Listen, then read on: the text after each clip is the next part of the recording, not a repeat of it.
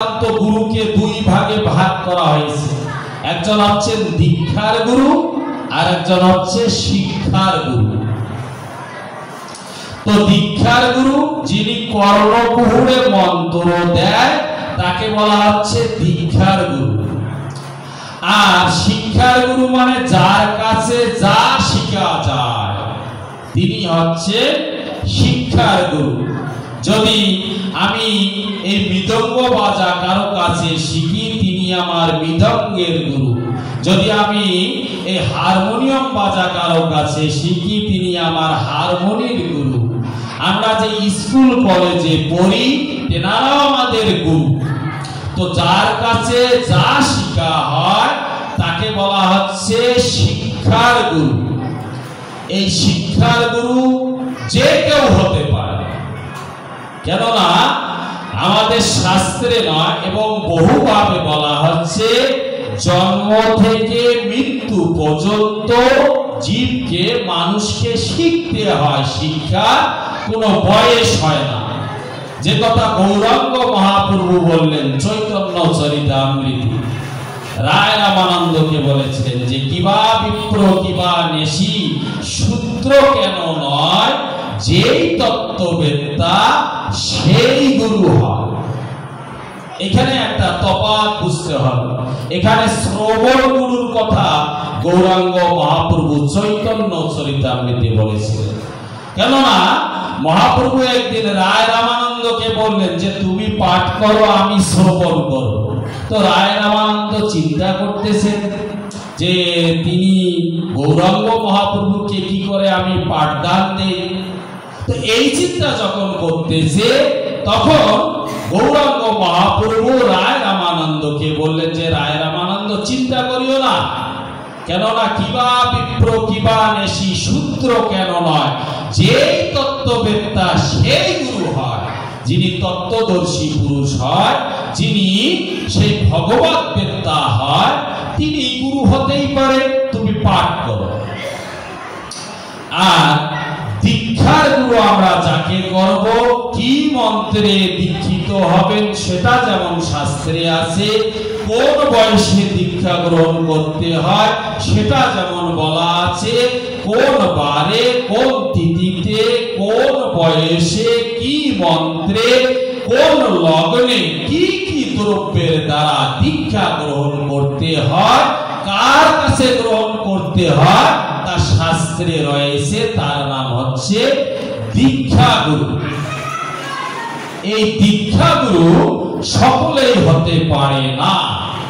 আমাদের মন্ত্রে বলা হচ্ছে, বেদ মন্ত্রে কট উপনিষদের মন্ত্রে বলা হলো পরীক্ষান লোকান কর্ম চিতান ব্রাহ্মণ নির্বেদময়ান স্মৃত কৃতেন তদ্বিজ্ঞানার্থম সগুরু মেভাবি গচ্ছেৎ সমিত পানি শ্রোত্রিয়ম ব্রহ্মনিষ্ঠম। যিনি দীক্ষার গুরু হবে তার দুইটা কোয়ালিটির প্রয়োজন রয়েছে। কট উপনিষদের মন্ত্রে বলা হলো পরীক্ষান লোকান কর্ম চিতান ব্রাহ্মণ নির্বেদময়ান স্মৃত কৃতেন তদ্বিজ্ঞানার্থম সগুরু মেভাবি গচ্ছেৎ সমিত পানি শ্রোত্রিয়ম ব্রহ্মনিষ্ঠম। যে তিনি ব্রহ্মকে জানেন, ব্রহ্মের সঙ্গে সম্বন্ধ স্থাপন হয়েছে, এমন তত্ত্বদ্রষ্টা ব্যক্তিকে গুরুকরণ করতে হয়। আর দ্বিতীয় কি বলে শ্রোত্রিয়। শ্রোত্রিয় শব্দের অর্থ কি? অত্রি সংহিতা আদি গ্রন্থে বলা হলো, যেমন অত্রি সংহিতা 140 নং শ্লোকে বলা হলো যে শ্রোত্রিয় কাকে বলে? জন্মনা ব্রাহ্মণ জ্ঞেয় সংস্কারৈ দ্বিজোচ্যতে বিদ্যা জাতিত বিপ্রত্য ত্রিবীরে বচা শ্রোত্রিয়ম। জন্মনা ব্রাহ্মণ জ্ঞেয়, যিনি যথাবিহিত ব্রাহ্মণ গৃহে ব্রাহ্মণীর গর্ভে জন্ম গ্রহণ করেছে এক। দুই, যিনি শাস্ত্রসম্মত সংস্কার আদি গ্রহণ করেছে। দুই। তিন হচ্ছে যিনি শাস্ত্রের তত্ত্ববেত্তা, এমন তর ব্রাহ্মণ কুল উদ্ভূত কুলগুরুর মধ্য দিয়ে আমাদের দীক্ষা গ্রহণ করা দরকার।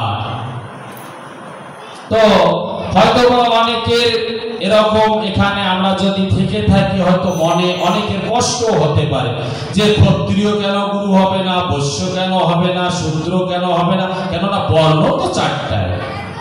কেউ কিন্তু ছোট বড় এখানে নয়, এখানে ছোট বড় বলতে কিচ্ছু নেই। সে কর্মণ্য ভীর সংসিদ্ধি লভতে নর, যার যেমন যেমন কর্ম তেমন তেমন কর্ম করলেই উদ্ধার হয়ে যায়, বেশি কিছু করতে হয় না। সে কর্মণ্য ভীর। সুতরাং শাস্ত্রে বলা হলো দীক্ষা একমাত্র ব্রাহ্মণেই দিবেন।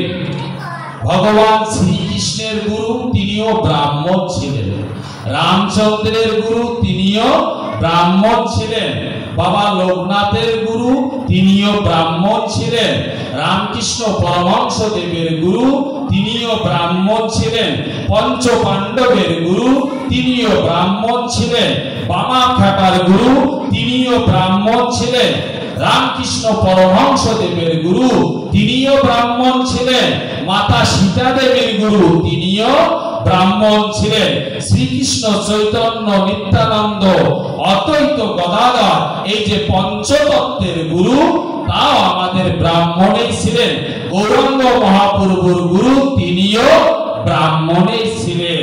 সুতরাং এই দীক্ষা মন্ত্র দেওয়ার অধিকার একমাত্র যিনি বেদ আদি শাস্ত্রে এই সংস্কারগুলো গ্রহণ করেছে, ব্রাহ্মণ কুলে জন্মগ্রহণ করেছে, পরম্পরাগতে যেনারা দীক্ষা দিয়েছে, এমন তর ব্যক্তিকে, এমন তর পূজনীয় মহাত্মাকে দীক্ষার গুরুকরণ করতে হয়।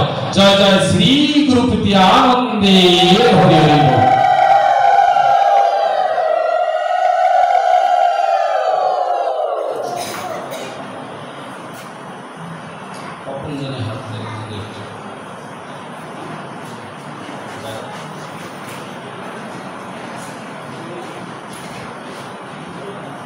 আমাদের শাস্ত্রে বলা হচ্ছে যে গুরু ভক্তি বিহনস্য তপ বিদ্যা কুলম ব্রতম সর্বৈ নশ্যতি তত্র বৈ কুলম। যে গুরু ভক্তি বিহনস্য, যে গুরু যদি ভক্তি না থাকে যত বড় কুল হোক না কেন, দেখেন